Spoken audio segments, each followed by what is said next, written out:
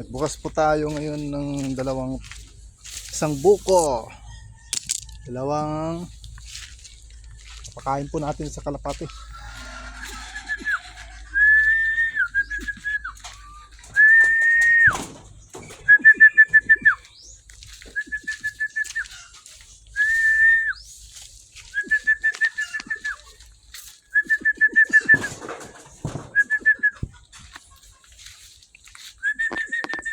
Yun, nilagay natin sa taas.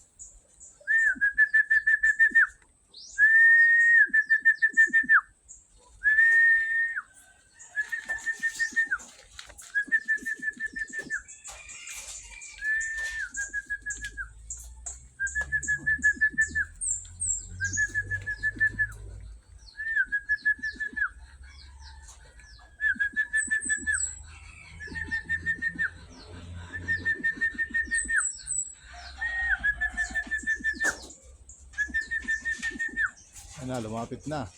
Ano guys, tingnan natin kung kakainin.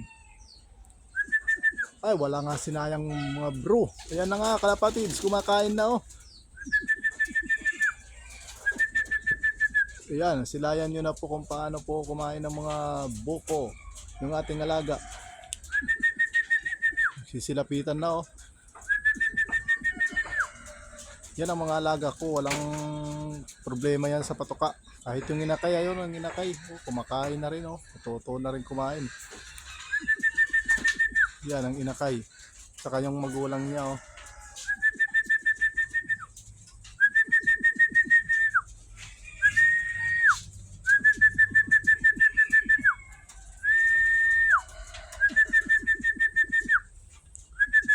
Ang galing lang inakay oh.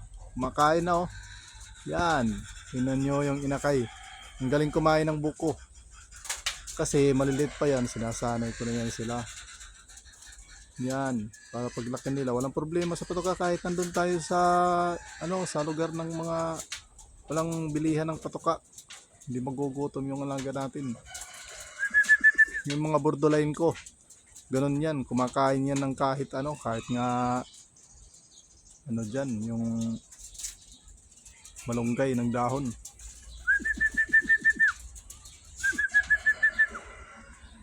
Sisikain na oh. Alam niyo guys, sa pag-aalaga ng kalapate, kung wala kayong budget, hindi yun hindi problema yan, lalo pag nasa probinsya tayo. Kung tayo sa lugar ng mga palayan, yan, pakainin nyo lang ng buko. Survive na yan sila. At saka maganda rin sa katawan yan yung buko dahil yan, malaking natutulong sa katawan ng kalapate yan. Sustansya po ang buko. Sabi nila, iipot daw yan yung yung bugris. Walang problema dyan. Kasi hindi naman araw-araw yan na kakain sila ng buko. Bali, snack din yan. Dahil mamaya-maya, kain na yan ng slasher. Crumbles. Yan o, tinan mo. Yan. Yan, mga kalapate o. Yan lang yan.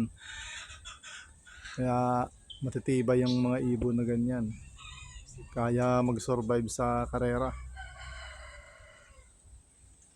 Yan.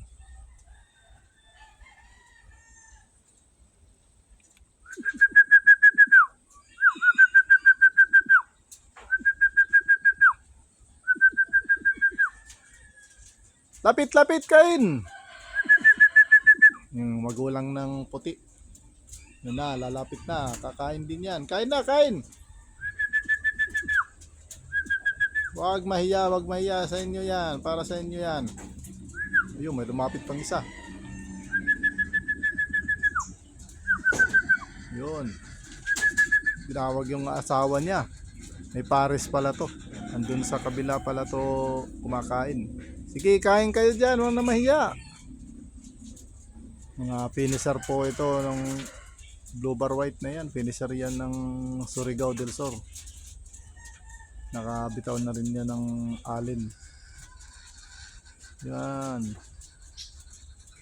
Ito naman isa, Butuan City, Cagayan de Oro, finisher. Yes, ayun. Tapos ito yung isa, yung Grisel. Finisher yan ng Batangas City. Bicol din na. Nabitaw na rin yan sa Bicol.